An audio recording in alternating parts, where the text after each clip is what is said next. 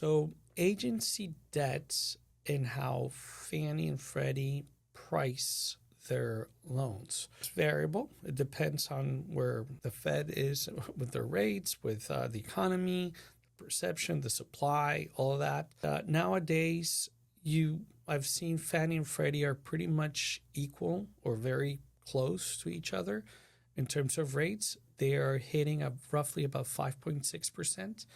And that's, I would say, 70 basis points below what you could get on a conventional loan for a stabilized asset. I really like those type of loans. The only thing to consider is that Fannie and Freddie loans are loans that you're going to want to keep for a while. Sometimes they have a steep prepayment penalty or even what's called a yield maintenance prepayment penalty.